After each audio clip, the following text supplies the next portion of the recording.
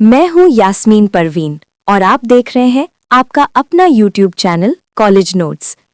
देखिए, आज की इस वीडियो में मैं आपके साथ शेयर करने वाली हूं the good woman of Schezwan की पूरी समरी और एक्सप्लेनेशन, बिल्कुल सिंपल और इजी लैंग्वेज में। और हाँ, सिर्फ एक्सप्लेनेशन ही नहीं, साथ ही साथ मैं आपके साथ कुछ इंपॉर्टेंट शॉर्ट क्वेश्चंस और ऐसे टाइप क्वेश्चंस भी शेयर करूंगी जो एग्जाम पॉइंट ऑफ व्यू से काफ़ी ज़्यादा इंपॉर्टेंट है। तो एंड तक जरूर देखिए, बीच में स्किप मत कीजिए क्योंकि हर पार्ट जरूरी है। चलिए अब बिना टाइम वेस्ट किए वीडियो स्टार्ट करते हैं।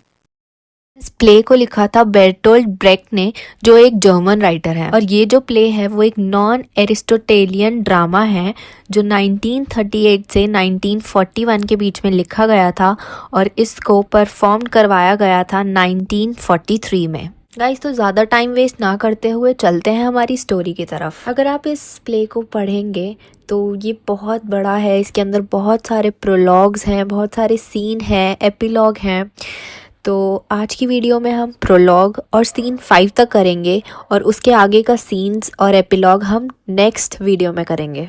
तो गाइस, शुरू करते हैं हमारे प्रोलॉग से, जिसमें आपको एक कैरेक्टर देखने को मिलेगा जिसका नाम है वोंग, जो हमें एक वाटर सेलर दिखाया गया है। अब क्या होता है कि इस वोंग को एक ड्रीम आती है कि जो सिटी ऑफ सेज़वान है वहाँ पर गॉड्स आ रहे हैं। तो अब ये इससे वेट नहीं होती, ये जाता है उन गॉड्स को लेने के लिए, पर उसको ये बिल्कुल भी समझ नहीं आता कि इन गॉड्स को वो रुकवाए कहाँ। तो वो उन गॉड्स को लेकर जाता है एक प्रोस्टिट्यूट के पास जिसका नाम होता है शेंटी। अब शेंटी जो है वो एक प्रोस्टिट्यूट दिखाई है। तो जब ये जो वोंग है गॉड्स को लेकर जाता है शेंटी के पास, तो वो ऑलरेडी वेट कर रही होती है अपने कस्टमर्स की। तो जैसे ही वोंग बोलता है कि गॉड्स यहाँ पर रुकना चाहते हैं, तो पहले तो शेंटी सोचती है कि मैं उन्हें मना कर दूं, बट वो फिर मना नहीं कर पाती और उनको हाँ बोल देती है और अपने घर में रुकने देती है। उसके बाद हमें ये बताया जाता है कि गॉड्स जब जा रहे होते हैं तो वो उसे अपना रेंट पे करते हैं और वहाँ से चले जाते हैं।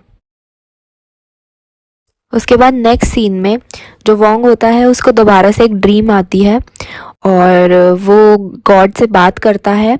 अब जो गॉड हैं वो वोंग को बोलते हैं कि तुम बताओ कि जो शेंटी को हमने पैसा दिया था वो उससे क्या कर रही है, अच्छे काम या बुरे। उसके बाद ये सीन यहीं ख़त्म हो जाता है और नेक्स्ट सीन में हम देखते हैं कि जो शेंटी है वो शुइता में कन्वर्ट हो जाती है, मतलब एक मेल में, और अपनी एक टोबैको शॉप चला रही होती है। अब वहाँ पर एक बार उसकी शॉप में एक कारपेंटर आता है और कुछ पैसों की डिमांड करता है शुइता से, बट जो शुइता है उसे पैसे देने से मना कर देता है, थोड़े से पैसे देकर।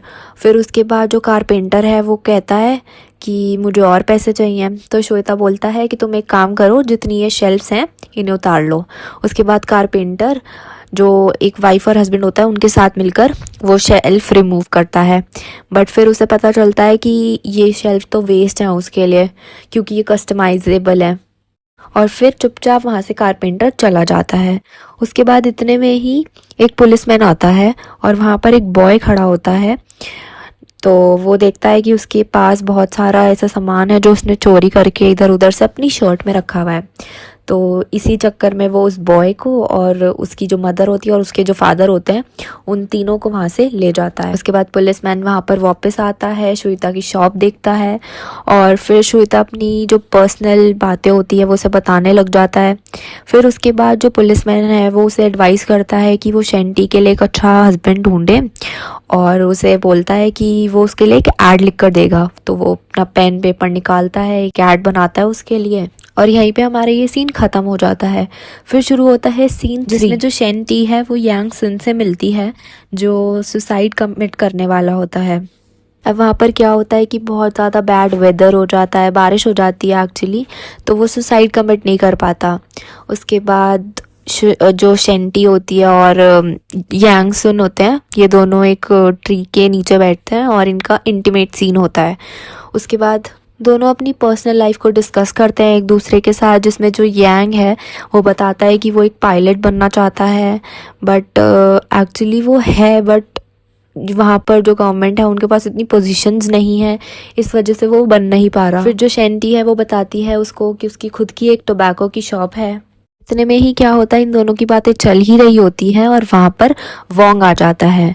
तो जो शेंटी होती है वो वोंग को हेल्प करने के लिए उससे पानी लेती है और इतने में यांग जो है वो सो जाता है। उसके बाद वोंग जो है वो गॉड्स को बताता है कि जो आपने पैसे दिए थे उससे शेंटी बहुत अच्छा काम कर रही है, अब उसका एक लवर भी है। और फिर वो उन्हें गॉड्स को ये भी बताता है कि जो विलेजर्स हैं वो शेंटी को द एंजल ऑफ स्लम से भी जानते हैं, मतलब वो बहुत अच्छे काम कर रही है, वो ऐसा कुछ बुरा नहीं कर रही किसी के साथ। उसके बाद जो सीन 4 है हम उसमें देखते हैं कि जो शेंटी है वो बहुत अच्छे काम कर रही है, अपनी टोबैको शॉप में बैठी है। उसकी शॉप के साथ में एक बार्बर की शॉप है और एक कारपेट की भी। जो बार्बर की शॉप है वहाँ पे शू फू काम करता है और जो कारपेट की शॉप है वो एक ओल्ड हस्बैंड वाइफ है, वो चलाते हैं। अब जो कारपेट शॉप में एक ओल्ड वुमेन होती है वो शेंटी की हेल्प करती है, उसको बोलती है कि तुम शॉल मेरे से डिस्काउंट पे ले लो और फिर उसको उसके रेंट के लिए भी कुछ पैसे की मदद करती है। इतने में ही दूसरी तरफ हमें ये पता चलता है कि जो वोंग है उसकी फिंगर कट कर दी है बार्बर ने और कोई भी उसकी हेल्प नहीं कर रहा, विलेज में सब देख रहे हैं बस। और वोंग बोलता है अगर शेंटी यहाँ होती तो वो अभी तक मेरे को बैंडेज करती। तो जैसे ही शेंटी वहाँ से फ्री होकर वापस जाती है तो वो देखती है जब वोंग को, तो वो बोलती है कि कोई बात नहीं, मैं तुम्हारी विटनेस बन के तुम्हारी हेल्प करूँगी। उसके बाद वहीं से मिसेस यांग आती है जो यांगसन की मदर है और वो बोलती है कि जो यांग है उसको कुछ पैसों की ज़रूरत है, अराउंड $200। तो शेंटी बिना कुछ बोले उसकी हेल्प कर देती है, जो उसे पैसे अभी कारपेट शॉप की ओनर से मिले होते हैं वो सीधे उसकी मदर को दे देती है। गाइस अब 5th सीन में जो यांग है वो जाता है श्वेता की शॉप पर, जहाँ पे उसे शेंटी तो नहीं मिलती बट उसका कज़न होता है श्वेता, वो शॉप को चला रहा होता है। और जो यांग है वो डिस्कस करता है श्वेता से सारी बातें और वो उसे बताता है कि कैसे वो शेंटी से सारा पैसा ले लेगा उसे बस प्यार कर करके। और यांग तो ये भी चाहता है कि जो शेंटी है वो अपनी इस शॉप को बेच दे और सारा पैसा बस उसे दे दे, उसे कोई परवाह नहीं है किसी की भी, ना तो उसे अपनी मम्मी की, ना उसे शेंटी की, ना श्वेता की, बस उसे अपनी ही उसे है कि मतलब सब कुछ मुझे मिल जाए बस। इतने में ही वोंग वहाँ पर आता है एक इंस्पेक्टर के साथ और शेंटी वहाँ पर होती नहीं है, तो फिर इंस्पेक्टर बिना कुछ बात करे वहाँ से चला जाता है। बस वोंग को ये बोलता है कि अपने नेबर से थोड़ा दूर दूर रहो, ज़्यादा उनके क्लोज आने की ज़रूरत नहीं है। उसके बाद यांग भी वहाँ से चला जाता है। उसके बाद जो श्वेता होता है अभी शॉप पर, वो वापस अपना डिस्गाइज चेंज करता है और शेंटी में बदलता है और फिर बहुत रोता है क्योंकि उसे बिल्कुल भी एक्सपेक्टेड नहीं होता कि जिससे वो प्यार करती है शेंटी वो ऐसा उसके बारे में सोचता है, ये सब कुछ उससे चाहता है। उसके बाद जब वो ये सारी बात मिसेस शिन को बताती है तो मिसेस शिन उसे एडवाइस करती है कि जो हमारे यहाँ का बार्बर है वो तुम्हें बहुत पसंद करता है, तो तुम अच्छा है कि यांग को छोड़ के उससे शादी कर लो।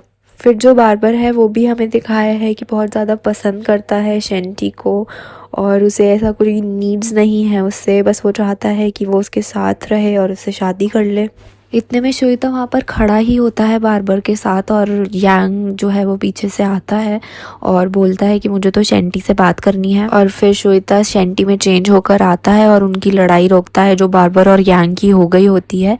और उसके बाद बार्बर वहाँ से चला जाता है और जो शेंटी होती है वो यांग को अपनी इसकी कीज़ दे देती है कि ठीक है तुम मेरी जितना भी मतलब मेरी जो टोबैको शॉप है उसे बेच के जितना भी पैसा मिले तुम रख लेना और ये तुम्हारे नाम हो गई अब।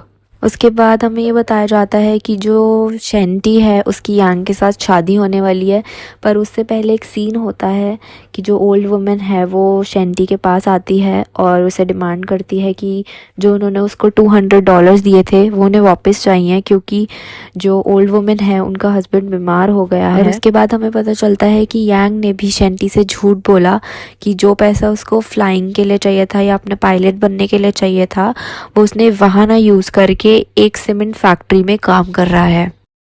और गाइज़ यहीं पे हमारा ये पार्ट ख़त्म हो जाता है। अगर आपको नेक्स्ट पार्ट की वीडियो देखनी है इस सीन के बाद से तो प्लीज़ उस पर क्लिक करें और मुझे ज़रूर बताएं कि कमेंट बॉक्स में आपको किस टॉपिक पे अगली वीडियोस चाहिए। Thanks guys and don't forget to like, share, comment and subscribe to this channel.